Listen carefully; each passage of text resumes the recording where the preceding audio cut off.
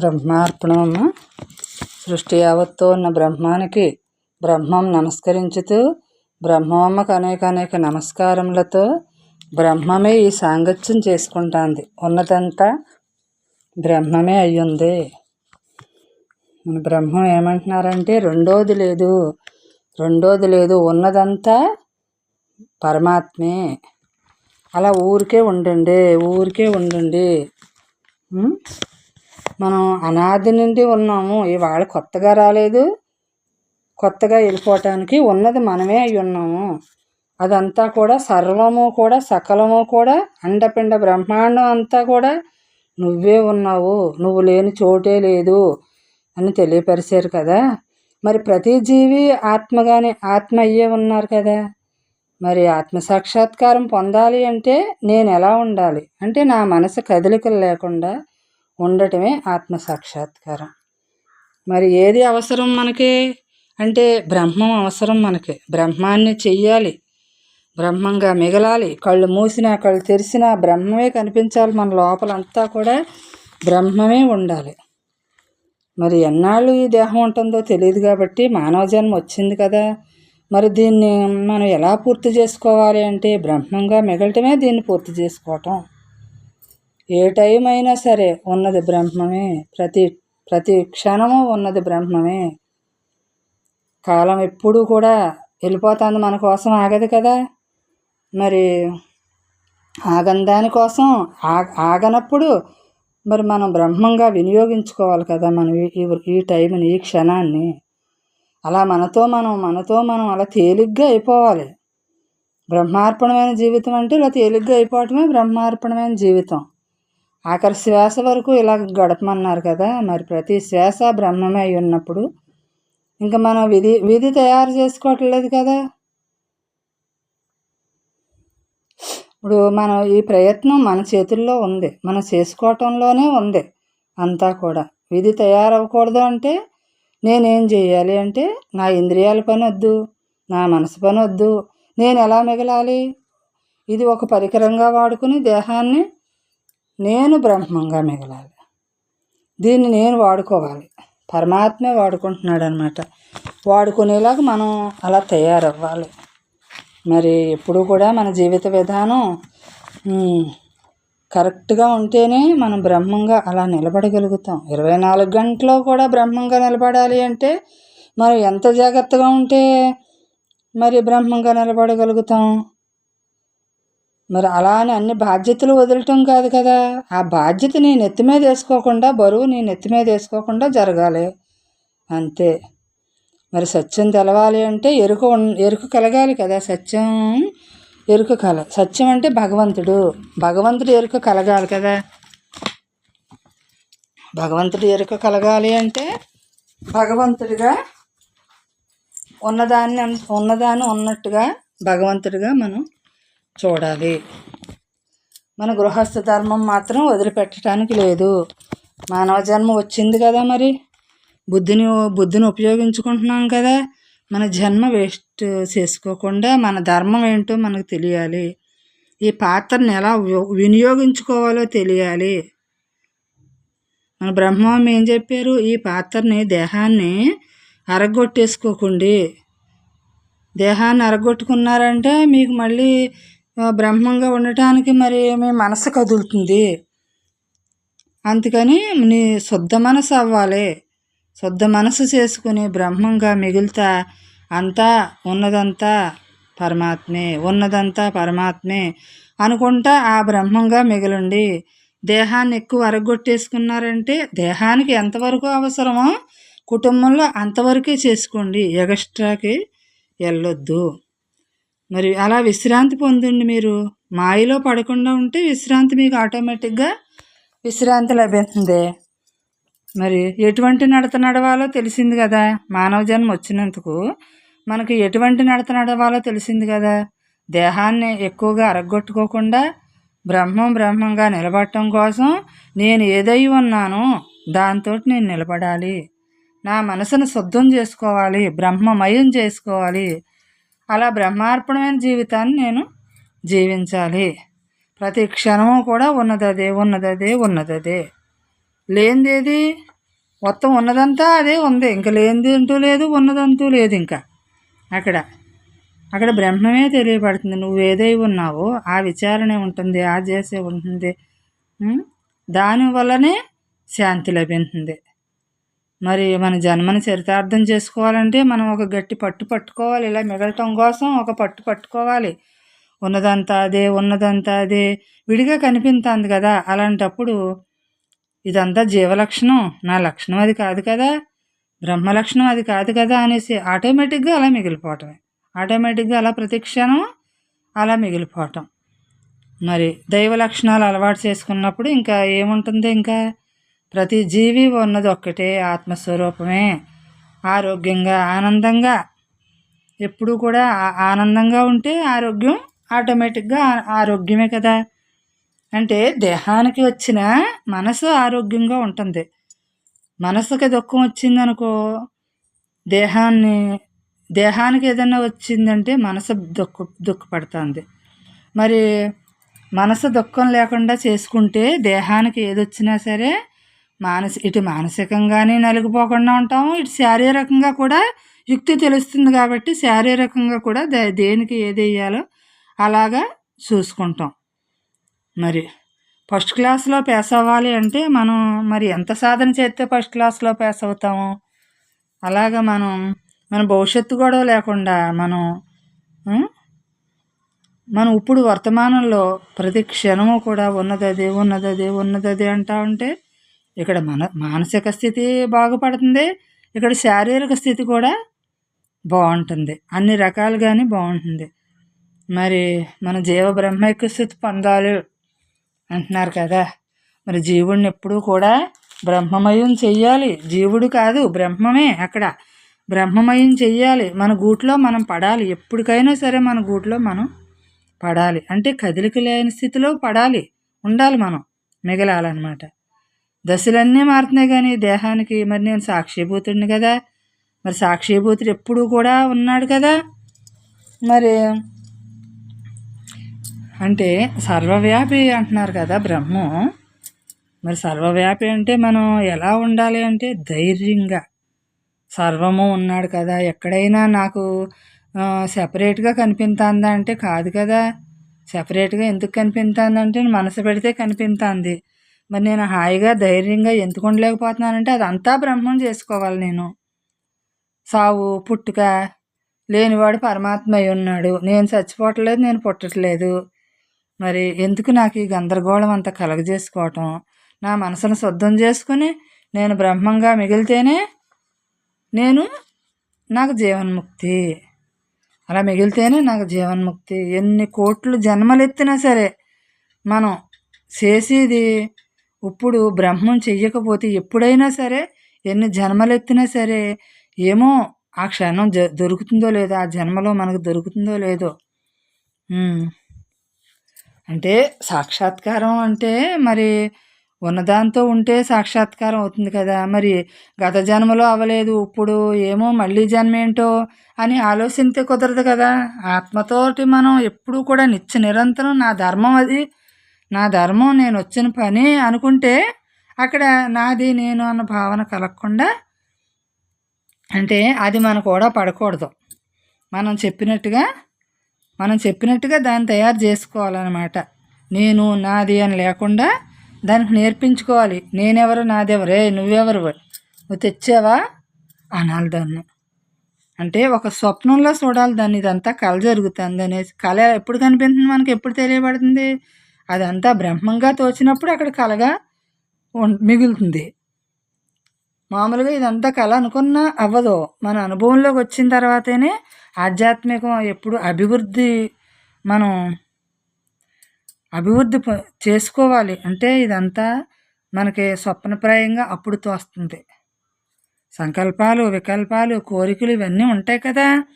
మరి ఇవన్నీ స్వార్థబుద్ధే కదా. దేనికి ఈ సంకల్పం, దేనికి ఈ కోరిక, దేనికోసం ఇదంతా జరుగుతుంది అంటే నాతో నేను మిగలటం కోసం ఇవన్నీ నాకు ఎదురవుతున్నాయి.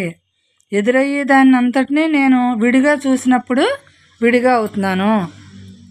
అప్పుడు నాకు కర్మ బంధిస్తుంది. విడిగా చూడకుండా ఉన్నప్పుడు నాకు ఎటువంటి కర్మ నన్ను బంధించట్లేదు. అప్పుడు నేను స్వతంత్రుడిని అవుతాను. కర్మ బంధించినప్పుడు నేను స్వతంత్రుడిని కదా. నేను నేను చేజాపి స్థితిలో ఉండకూడదు. బ్రహ్మంగా మన చెయ్యి ఎప్పుడూ కూడా బ్రహ్మంగా మిగలటమే ఎప్పుడూ కూడా ఉండాలి. అంటే కోరిక నశింతేనే బ్రహ్మంగా నిలబడగలుగుతాం. కోరుకున్నంతసేపు ఇందులో కొట్టుమిట్టాడిపోతాం కానీ బ్రహ్మంగా మిగల్లేం మనం.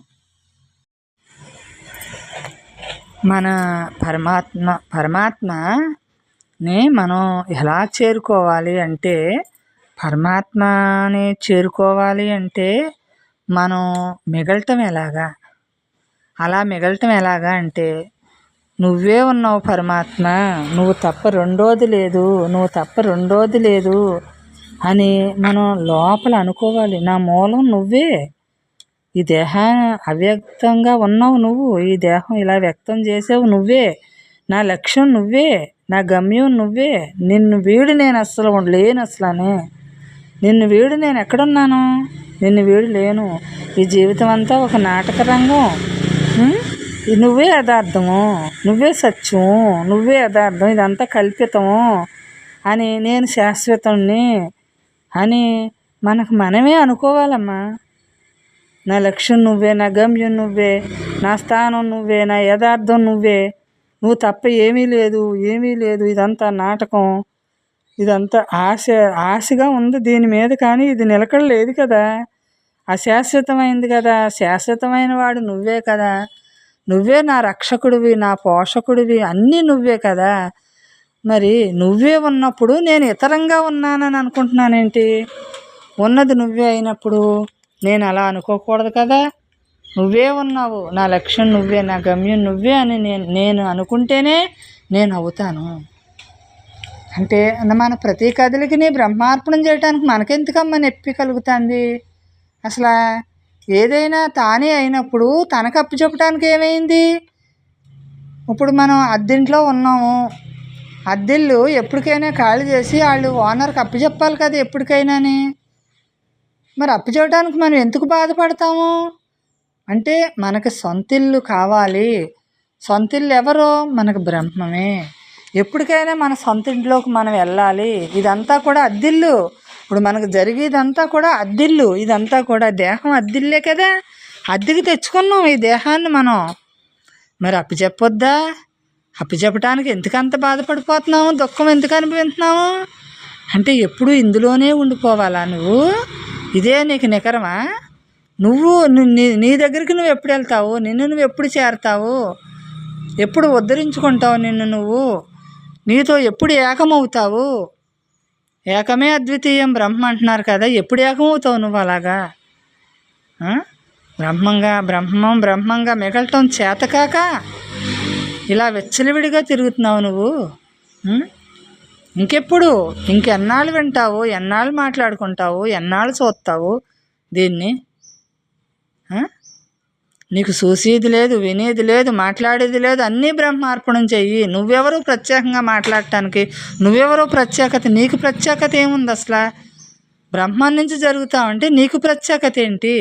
నువ్వు ఇదంతా కల్పించుకోవటం ఏంటి? అంటే అవసరం లేనిదంతా కల్పించుకుంటున్నావు నువ్వు. అంటే యథార్థం అంటే ఏంటో తెలియక అవసరం లేనిదంతా కల్పించుకుంటున్నావు.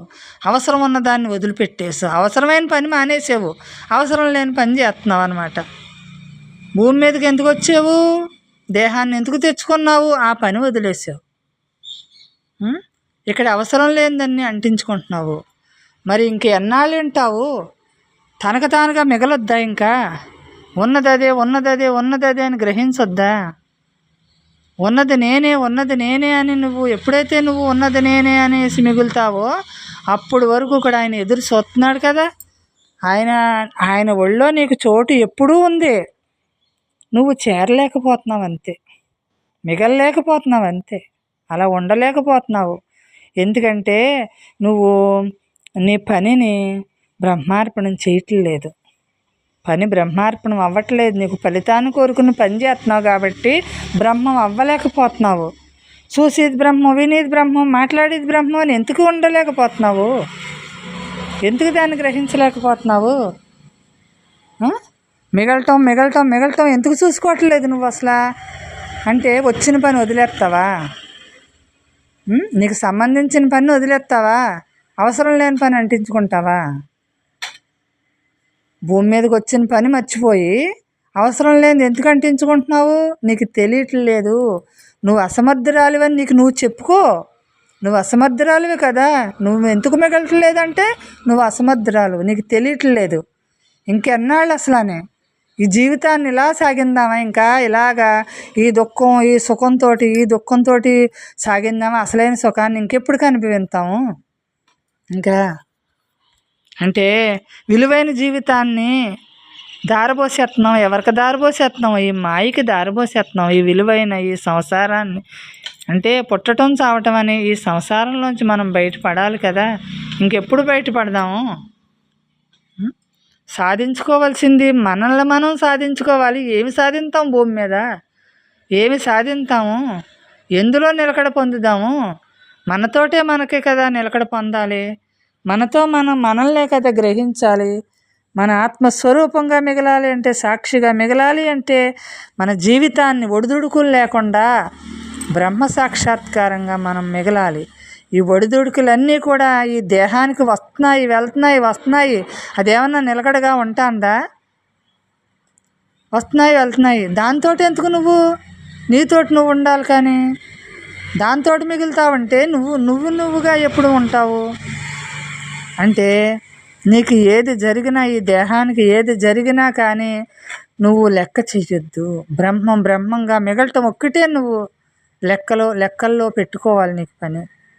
ఇదంతా కూడా జరిగిపోతుంది. అసలు జరగదో, జరిగేదే జరుగుతుంది. కానీ నువ్వు మాత్రం నీ బ్రహ్మ యుక్తి ఇచ్చాడు కదా, యుక్తి ఇచ్చాడు, అలా మసులుకో. ఆ యుక్తి భగవంతుడే. నీకు ఏది అవసరమో ఆ యుక్తే జరిపించుకుంటుంది. ఏది అవసరం, ఎలా నిలబెట్టుకోవాలో అది చూసుకుంటుంది. దాన్నే పట్టుండు నువ్వు. దాన్నే పట్టుకుంటే అదే చూసుకుంటుంది. దాన్ని పట్టుకోవడం మనకు తెలియట్లేదన్నమాట. అంటే నిశ్చల స్థితి రావట్లేదు మనకి. భ్రాంతి నిజమనిపిస్తుంది. మనకు చాలా జాగ్రత్తగా ఉండాలమ్మా. ప్రతి క్షణం మనం జాగ్రత్తగా ఉండాలి. మనకి అంటే కొంగ ఎలా జపం చేస్తుంది? ఆ చేప పిల్లను పట్టుకోవటానికి దిష్టి అంతా దాని మీద ఎలా ఉపయోగిస్తుంది? మరి మనం అలా ఎందుకు మనం బ్రహ్మం మీద వినియోగించలేకపోతున్నాము? అంటే దానికే అంత జ్ఞానం ఉందే, దాన్ని పట్టేయాలి ఎలాగైనా సరే అని ఉందే. మరి మనం బ్రహ్మం ఎందుకు పట్టుకోవట్లేదు? అంటే దైవ సహాయం వద్దా మనకి? దైవ సహాయం మనకు అది జరగొద్దా? మనకు మనమే చేసేసుకుందామా? అన్నీని చేసేసుకుని మనమే ఇవన్నీ అనుభవించేద్దామా? మరి దైవ సహాయం అయితే మనం అనుభవించేది ఏమన్నా ఉంటుందా? అనుభవించేది ఎవరు? అక్కడ బ్రహ్మం ఉంటుంది. మరి ఇది మనం కలగజేసుకుని కావాలని ఈ కర్మలన్నీ కూడా మనం అనుభవించకపోతే ఎవరి మీద రుద్దుతాము? ఇవన్నీ కూడా మన మీద ఉన్నప్పుడు మనం అనుభవించాలి. అలాగే మనం బ్రహ్మంగా మిగిలినప్పుడు అది కూడా మనమే కదా అనుభవిస్తున్నాము. అంటే ఇది ఎలాగంటేనమ్మా, ఈ క్షణానికి ఈ క్షణం మనం ఉండాలమ్మా. ఈ క్షణం మర్చిపోతున్నాం అంతే.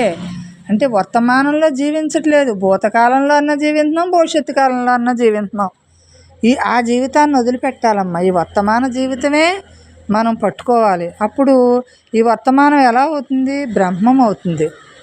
అప్పుడు భూతకాలంతో భవిష్యత్తు కాలంతో పని లేదు. తర్వాత వర్తమానంతో జరిగేదాంతో పని లేదు. జరుగుతుంది కాబట్టి మన కారణం దగ్ధం చేసేసుకుంటున్నాం అన్నమాట. జరుగుతుంది కాబట్టి.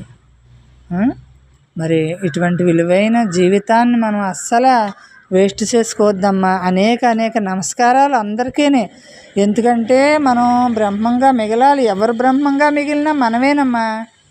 మనకంట విడిగా లేదమ్మా అసలానే. ఎవరు మిగిలినా మనమే మిగిలినట్టు. అక్కడ మనకు మనమే ఉన్నాం. మనకు మనమే సాక్షి స్వరూపం. మనకు మనమే అయ్యి ఉన్నాము. మనకు మనమే విడిగా లేము. మన నీడను చూసి మనం రెండో దానిగా భావిస్తున్నాం. కానీ ఏ దేహమైనా ఆ భగవంతుడే కదా. అంటే ఈ దేహం కూడా భగవంతుడై ఉన్నాడు. ఎందుకంటే భగవంతుడిలోంచి ఇది కదులుతుంది కాబట్టి భగవంతుడే. అలాగే ఎవరైనా భగవంతుడే. ఎవరు ఆనందపడినా మనం ఆనందపడినట్టే. ఎవరు విడిగా లేరు అసలని. విడిగా లేని దాన్ని విడిగా చూసుకుని ఎందుకు మనం ఇబ్బంది పడిపోతున్నాం, ఇంత గందరగోళం కలగజేసేసుకుంటున్నాం. లేని దాన్ని ఉందనుకుని గందరగోళం కలగజేసేసుకుంటున్నాం. అంతా ప్రేమ స్వభావమే ఉండాలి. అంతా ప్రేమే ఉంది. ప్రేమ లేని జీవితం అసలు జీవితమే కాదమ్మా. ప్రేమ అంటే ఏంటంటే దేహం ప్రేమ కాదమ్మా, ఇక్కడ దైవ ప్రేమ. మామూలుగా ప్రేమ అంటే వాళ్ళు ఆనందపడితే మనం ఇక్కడ కుళ్ళిపోతాం, మనమే ఆనందపడాలనుకుంటాం. దైవ ప్రేమ అలా కాదమ్మా. వాళ్ళ ఆనందం మన ఆనందం ఒక్కటే. దైవం విడిగా లేదు కదమ్మా. బ్రహ్మార్పణమమ్మ. ఈ జీవితం ఒక భారంగా అనిపిస్తుంది మనకి. ఈ జీవితం ఎందుకంటే మనం పెట్టేసుకున్నాం కదా బరువు. మరి దీన్ని భగవంతునికి అర్పితే దేనికి పట్టింపు లేదు. ఉదాసీనంగా ఉంటాం మనం, మళ్ళీ లోపల గంభీరంగా ఉంటాం. మరి జీవితం అలా గడుపుకుంటూ ఉండాలి. ఆనందమయ జీవితం అంటే మరి జ్ఞానులు ఎలా ఉంటారు? నిజమైన సౌందర్యవంతులు వాళ్ళే జ్ఞానులే. వాళ్ళు పురుషోత్తములు అంటారు కదా, పురుషోత్తములు వాళ్ళు. అంటే మరి ఆత్మసాక్షాత్కారం అయ్యి ఉన్నాం అంటున్నారు. మరి అనుభూతి చెందాలి కదా మనం. అనుభూతి ఎలా కలుగుతుంది? చిత్తశాంతి, చిత్తంలో శాంతి కలగాలి మనకి.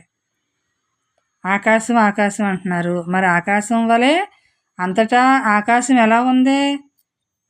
అద్వితీయంగా ఉంది కదా. మరి దాన్ని చూసినప్పుడు కోరిక లేదు కదా, ఎటువంటి భయాలు లేవు కదా. అలాగే ఈ సృష్టిలో ప్రతిదాన్ని చూస్తా అంటే ఎందుకు భయపడుతున్నావు అంటే సృష్టిని చూస్తున్నావు. ఈ సృష్టిని సృష్టించిన వాడిని చూడట్లేదు అంటే కాలం వృధా చేసుకున్నట్టే కదా అక్కడ. పరమాత్మగా మిగలకుండా కాలాన్ని వృధా చేసుకున్నట్టు కదా అక్కడ.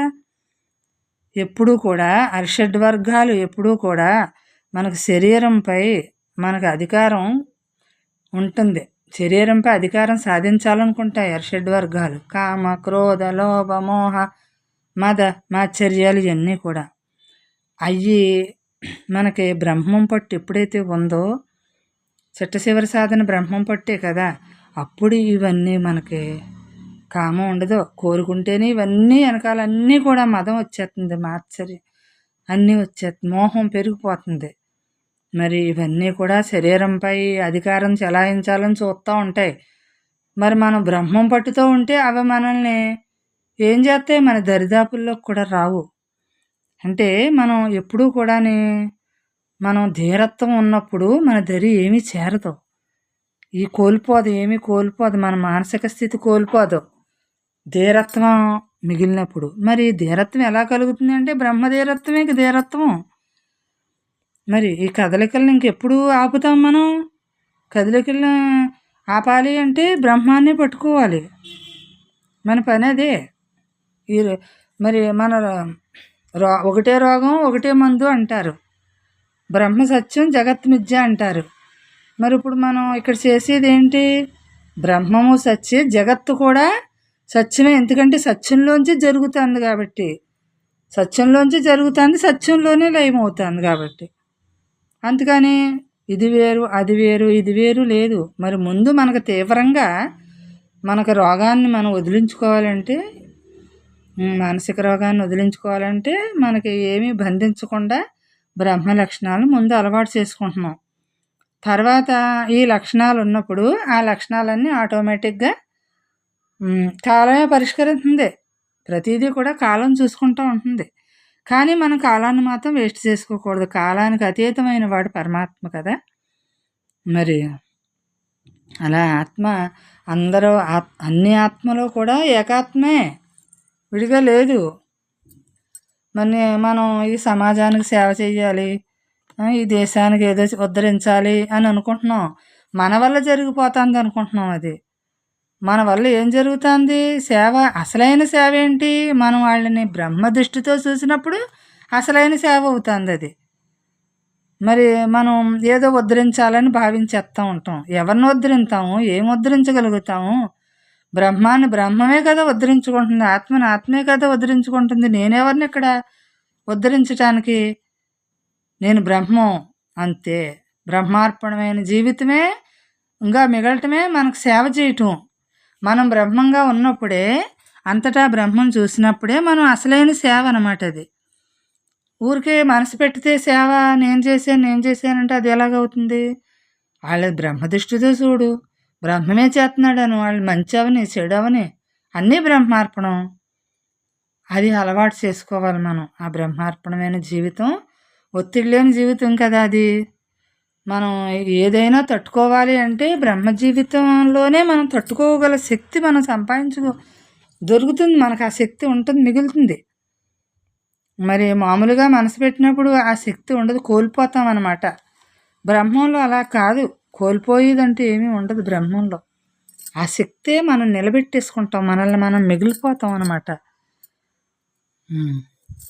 ధ్యానులు ఎలా ఉన్నారు? వాళ్ళకి ఏది లోటు లేదు, ఉన్నదంతా తానే కదా, లోటు ఏముంది? ఇంకా అనంతమైన శక్తి తానే. ఎలా ప్రయాణిస్తున్నారు వాళ్ళు? అలుపు సలుపు లేని ప్రయాణం చేస్తున్నారు, ఏకాత్మగా మిగిలేరు. వాళ్ళు ఆ ధ్యానంలో తనకు తానుగా ఉన్నారు, విడిగా లేరు. మరి అలాంటప్పుడు ఇంకా బద్ధకం అనేది ఏంటి, మనసు అనేది ఏంటి, ఇంకేమైనా ఉందా? అంటే ఎలా భావించుకుంటే అది అవుతాము. మరి మన బ్రహ్మం ఏం చెప్పారు? నువ్వు బ్రహ్మాన్నని భావించుకో, అదే అవుతావు. అంటే దేహాన్ని ఒక పనిముట్లా చూసుకో. నీ తల్లిదండ్రులు అందరూ కూడా దేవుడు, పరమాత్మ అందరూ కూడా బ్రహ్మమే అయి ఉన్నారు. మరి నీకు జన్మనిచ్చిన తల్లిదండ్రులు బ్రహ్మమే కదా, బ్రహ్మంలో నుంచే వచ్చారు, బ్రహ్మంలోనే ఉన్నారు, బ్రహ్మంలోనే ఏకమయ్యారు కదా. నువ్వు కూడా అదే అయి ఉన్నావు కదా. నీ పూజ, నీ వ్రతం అన్నీ బ్రహ్మమే కదా. విడిగా ఏముంది అక్కడ? దేవాలయం విడిగా ఉందా? ఈ దేవాలయం దేహమే కదా. ఈ దేహమే కదా దేవాలయం. ఈ దేహంలో దేవుడు ఉన్నాడు కదా. మరి ఈ దేహాన్ని ఎలా చూసుకోవాలి? గుడిని జాగ్రత్తగా చూసుకుంటేనే గుడిలో విగ్రహంని మనం చూసుకోగలుగుతాం. గుడినే సరిగ్గా చూసుకోకపోతే విగ్రహాన్ని చూసుకుని గుడిని వదిలేయటం కాదు కదా. మరి ఆ గుడిలో ఆ విగ్రహం ఉంది, ఈ దేహంలో దేవుడు ఉన్నాడు. మరి దేవుడు ఉన్నాడంటే దేహాన్ని ఎంత పవిత్రంగా నేను చూసుకోవాలి. దేవాలయంలోకి చెప్పులు వేసుకెళ్ళకూడదు కదా. మరి దేవుడి దగ్గరికి వెళ్ళినప్పుడు మరి ఈ దేహాన్ని నేను ఎలా చూసుకోవాలి? దేవాలయంలో చూసుకోవాలి. ఎంత జాగ్రత్తగా చూసుకోవాలంటే ఏ మరిపాటు ఉండొద్దు. ఉన్నదంతా బ్రహ్మమే. ఈ దేహం పవిత్రమైన మానవ జన్మ ఇది. ఇటువంటి జన్మ వచ్చింది నాకు, నేను ఈ సెకండ్ ఎందుకు వేస్ట్ చేసుకోవాలి? బ్రహ్మంతో బతకాలి, బ్రహ్మంగానే జీవించాలి. నేను ఇటువంటి జీవితాన్ని జీవించాలి. నా మనసును అప్పుడు ఖాళీ అవుతుంది. నా మనసు ఖాళీ అయినప్పుడు నాకు బంధం లేదు, బాధ్యత లేదు, కోరిక లేదు, ఏమీ లేదు, విషయాలు లేవు. ఇది ప్రయత్నపూర్వకంగా మనం తెలుసుకోవాలి. మాయ లేదు అసలు, ఉన్నదే జ్ఞానం. మాయ ఉంది, జ్ఞానం ఉంది, మాయ ఉంది అనుకుంటున్నాం. ఉన్నదంతా బ్రహ్మమే కదా. మరి దేన్ని వినలేనట్లు వదిలేస్తున్నారు కదా.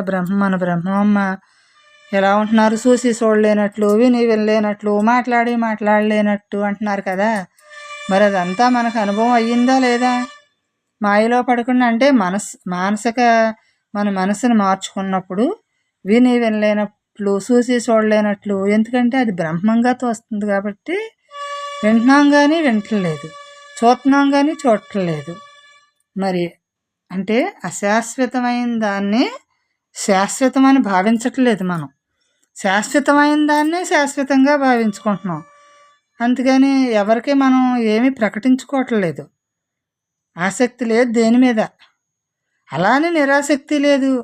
వాళ్ళు శత్రువైనా సరే నీకు మిత్రుడిగా తోస్తుంది, మిత్రుడైనా సరే బ్రహ్మంగా తోస్తుంది. అలాగ పరబ్రహ్మంగా. మరి అంటే రాగం లేదు, కోరిక లేదు కదా. కోరిక లేదు, క్రోధం లేదు. కోరిక ఉంటేనే అది తీరకపోతే క్రోధం వస్తుంది. కోరికే లేకపోతే మనం అనుభవించాల్సింది ఏంటి? జ్ఞాని ఏమనుభవిస్తున్నారు? అనుభవించడానికి వేరే వస్తువు లేదు అక్కడ. తానే అయి ఉన్నారు, అనుభవింపజేసే తానే అయి ఉన్నారు, విడిగా లేరు.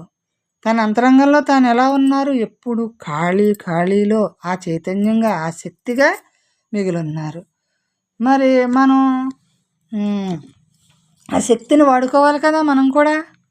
దాన్నే ధ్యానించి, దాన్నే భావన చేసి, దాని దృష్టే పెట్టుకుని దానిగా మిగులుతాము.